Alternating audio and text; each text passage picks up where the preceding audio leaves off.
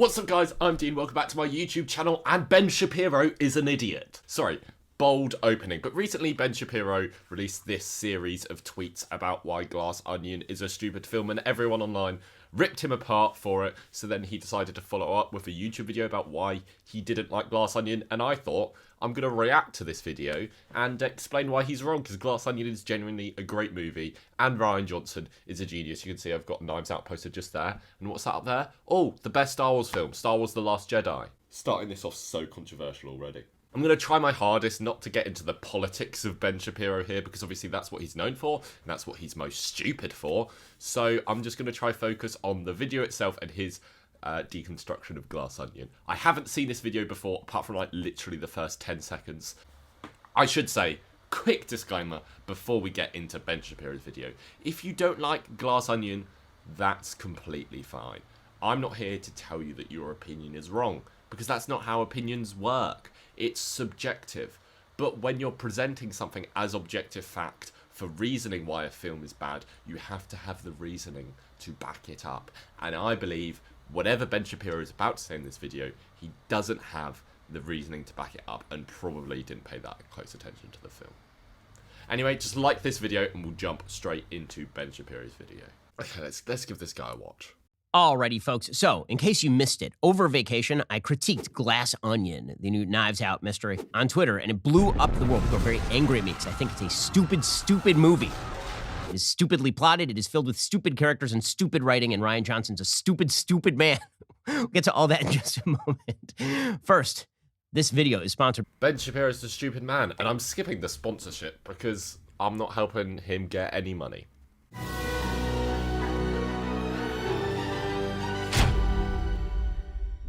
Okay, let me explain how stupid this movie is. This movie is unbelievably stupid. Like S-T-O-O-P-I-D stupid. The primary reason why this movie is stupid is because Benoit Blanc, who is played by Daniel Craig, is supposed to be the world's greatest detective. I know like hundreds of millions of people refer to this man as Daniel Craig. This isn't even the point to get caught up on. But it really upsets me. My friend Harlan, Fluffy Duffy, who we all know, does it as well, and it's stupid. His name isn't Daniel Craig. His name is Daniel Craig. He's British. I don't know how I'm going to survive the rest of this video if I thought that was so stupid. If you are making a movie about the world's greatest detective, presumably you need the world's greatest detective in order to solve a complex crime. This entire mystery is predicated on the idea that the crime in question is idiotic. It's so dumb, it's brilliant. No! Which completely robs the story of any meaning. It is poorly constructed. The characters make no sense. Their motivations make no sense. Now, as we will see, Rian Johnson actually creates a series of get-out-of-jail-free cards for himself to escape the fact that his writing is terrible. But this movie makes no sense. So let's start with the premise of the film.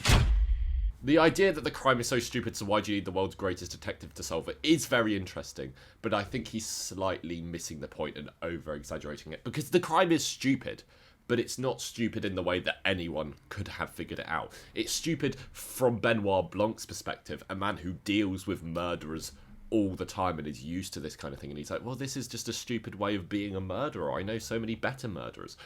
And I also think that is a bit of a nitpick. That's not like a fault with the film overall, even if you disagree. But let's hear what he has to say about the premise. The first 75 minutes of this movie are just a lie. Now, there's a difference between a red herring and a mystery, which is where you put a piece of evidence that seems to lead in one direction but actually is irrelevant. Across the island, I've hidden clues. Some may be helpful, some may misdirect. That's for you to determine. There's a difference between that and what Rian Johnson does here, which he just tells you a completely irrelevant piece of storytelling for 70 minutes. Completely irrelevant. And when I say he lies to the audience, of course, all murder mysteries hide some aspects of the truth from the audience, but they don't outright lie to the audience about the subject of the mystery itself for no apparent reason. I know what he's getting to here, and no, it's not a red herring, but no, it's not a lie. It's called misdirection.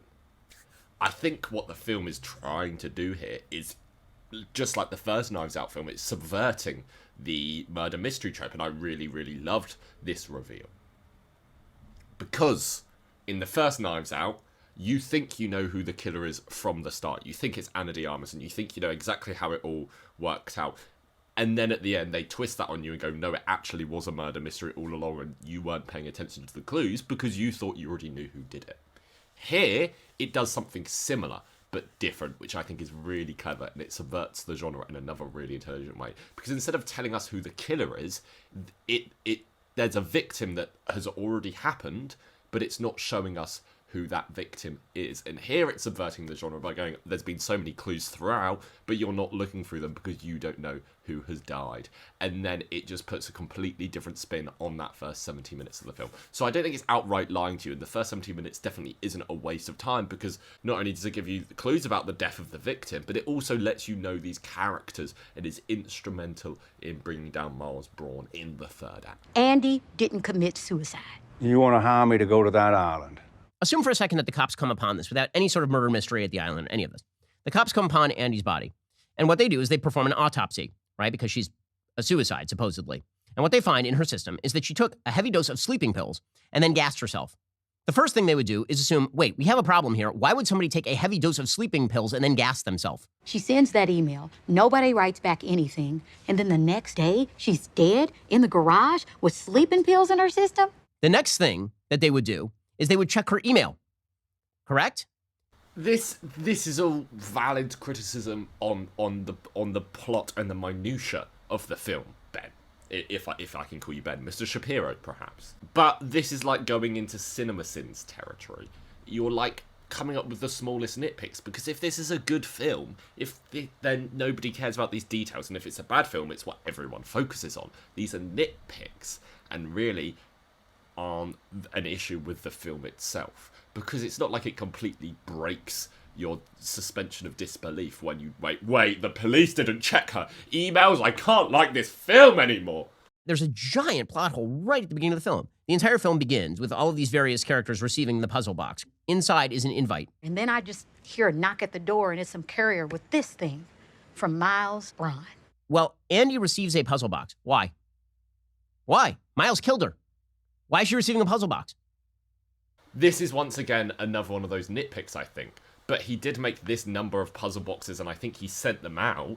That would have taken time, and then he found out about the envelope and then killed her, and the box was still going to her, and he doesn't want to stop the box because that would look even more suspicious if he stopped the parcel going to her, because he knows that she's dead, because he shouldn't know that. And once again, this is a nitpick. One last disclaimer on nitpicks, because I get this with The Last Jedi all the time, and I don't want to talk about The Last Jedi here. If you like The Last Jedi, great. If you don't like it, great. But a lot of people's problems with that film are nitpicks just because they don't like the film, so they go to the film and they're looking for reasons to dislike it. And that's what Ben's doing here. He's gone to Glass Onion and go, oh, I didn't like this movie for one or two overarching reasons. Now I'm going to go back to it and find 10 smaller reasons I don't like it so I can make a video about it. It is just lazy, lazy, lazy writing. Rian Johnson was too lazy to even create characters who had independent motivations to kill Andy in the first place. Miles is the only person who has an actual incentive to kill her. Everybody else has a secondary incentive to kill her to protect Miles. But why would they do that? Wouldn't every single character in the film be better off exposing Miles for what he is? No, they wouldn't. The whole point is that this group of characters survive. Their entire careers and lives come from Miles, and they need him to get the money from him and get the support from him so they can keep doing what they're doing. I get what you mean where it comes to like Clear and that starting off, but really they need him for their careers. And then the ending, of course, makes no sense at all. Plus, it completely undermines Helen's character. She, like an idiot, pulls out the napkin, and Miles burns it, the only smart movies made during the entire movie. For some reason, she just goes on like a random crystal smashing spree. Okay. It was stupid that she revealed the napkin, but also she thought she had won, so at this point she was just gloating, because of course you want to gloat to the guy that is the reason your sister's dead. And I'm gonna over-edit this video like Ben Shapiro, and I'm gonna show you one clip from Glass Onion that explains the whole glass smashing clip. Here you go. This is Dean mid-editing, and I've become across a problem, because I'm not, one of those professional editors over at the Daily Wire, so I'm not as skilled as finding clips from Glass Onion as they are. So the only place I could actually find this clip that I want to show you guys is on TikTok. So I'm just going to show you a TikTok now, and I think it's going to still get my point across, so thanks. I'll tell you a little secret. Your worldview is going to change. Once you hear it, you can't unhear it. If you want to shake things up, you start with something small. You break a norm or an idea or a convention, some little business model. But you go with things that people are kind of tired of anyway. Everybody gets excited because you're busting up something that everyone wanted broken in the first place. That's the infraction point. That's the place where you have to look within yourself and ask, am I the kind of person who will keep going? Will you break more things? Break bigger things? Are you willing to break the thing that nobody wants you to break? Because at that point, people are not going to be on your side. They're going to call you crazy. They're going to say you're a bully. They're going to tell you to stop. Even your partner will say, you need to stop. Because as it turns out, nobody wants you to break the system itself. But that is what true disruption is.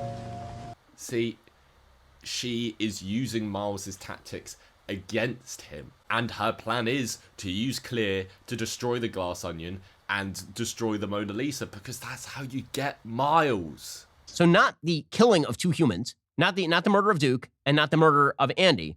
The burning of the Mona Lisa is what's supposed to get him in trouble. Except the person who burned the Mona Lisa was Helen. Helen burned the Mona Lisa. This makes her the worst person in the world. He's already gotten away with the murders because Andy's was ruled as a suicide and Duke was poisoned, and the entire group of shitheads were willing to stick up for him on that and say, yeah, we didn't see Miles do anything wrong. So he had already gotten away with the murders, as the film showed us, if you were paying any attention. But after the Mona Lisa was destroyed, which was in Miles's protection, and he was the one that installed the failsafe. So either way, he's kind of culpable for it. The entire group turned on him and say, yeah, I saw him do these killings and I saw him do that, because they realised how destructive he really is in that scene. So it was only then that he is held to account for any of the previous crimes, because that's only then when his group of, what are they called? Into whatever the frick, they stopped sticking up for him. The biggest one of all is that the murderer is an idiot. Now, the giveaway here is that Blanc actually just says that out loud. Right? Blanc actually just says at the very end that Miles is a moron. The key to this entire case, Miles Braun is an idiot. So this answers all the questions. Right? This answers why he sent because he's stupid. He sent her a puzzle box because he's a dum-dum. Why didn't he burn the stupid napkin in the first place? Because he's an idiot. Right? Once you say that the main murderer is an idiot, this allows you to do anything except make an interesting film. Because if the main murderer is an idiot and the entire plot is stupid, then why do you need the world's greatest detective to uncode the world's stupidest murderer? The fact that Miles Braun is an idiot, I think the commentary that the film is going for there is quite intelligent, and I am not surprised at all that Ben Shapiro looked over this. For reasons of his politics, I've already said I'm not getting into. Miles Braun being an idiot is kind of commentary on these tech billionaires like Elon Musk who just shout ideas out into the void and make other people make them happen. That's what the point of this film is. It's showing us that these people who are super rich, we just assume the super rich and the super successful are geniuses, because how else are they super rich and super successful? It's so much of it is luck, and because you just coast through life getting whatever you want and getting billions and billions of dollars, you believe you're a genius. And that's what the movie's whole message here is that these tech geniuses aren't who they say they are. These billionaires are often quite stupid. I mean, obviously, some of them are smart technologically, but they're not gods among men, and they're not, you know, so much of it is luck. And the fact that Ben Shapiro completely overlooked this does not surprise me at all. The only way the politics of this movie works is if you live in Rian Johnson's political thought bubble, in which all incentive structures are lined up in favor of the right and against the left. Right? Where if you're a left-winger and you bring down the most powerful person on earth, like if you were to bring down Elon Musk tomorrow, you wouldn't be famous and rich, you would just have your life ruined. I'm trying to figure out how to say this. Elon Musk has been at the centre of many controversies. He called a hero a pedophile. And has he once ever seen any real repercussions from these actions? No, because he's a billionaire and he's going to keep getting away with it. This film isn't about left-wing or right-wing. It's about the mega rich and the people under them. Miles Braun would get away with everything because of his lawyers and his friends willing to lie for him and stick up for him. When you've got that much money, you can get away with stuff. It's not about him being right-wing. The film never says he's right-wing. If anything, I think he's, you know, apart from economically, he's quite left-wing in his, like, beliefs of freedom and all that sort of thing that he goes on about in this film. He's a bit of a hippie. The reality is that if somebody did what Miles is supposed to have done, right? Launched a rocket company, launched a news company, done all the things that Elon Musk has actually done, that person would have to be, almost by definition, relatively bright. Yes, relatively bright in marketing. Elon Musk is a marketing genius. But does Miles Braun have to know anything about the technology he's using? No. Just because you're smart in one thing doesn't make you a smart person overall.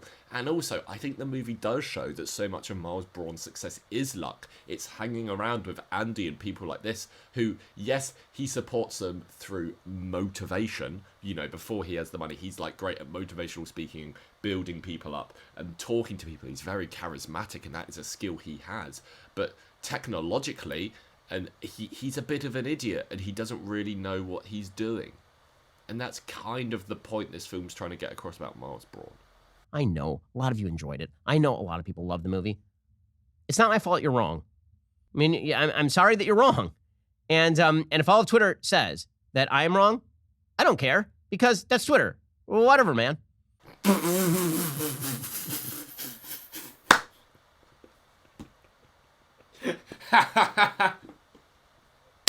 Okay.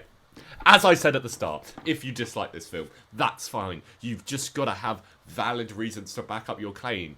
I'm not calling people that dislike Glass Onion wrong, because at the end of the day, it's personal preference. Ben Shapiro isn't wrong that he dislikes this film. Just the reasons he is presenting to us as fact for why this film is objectively bad are incorrect.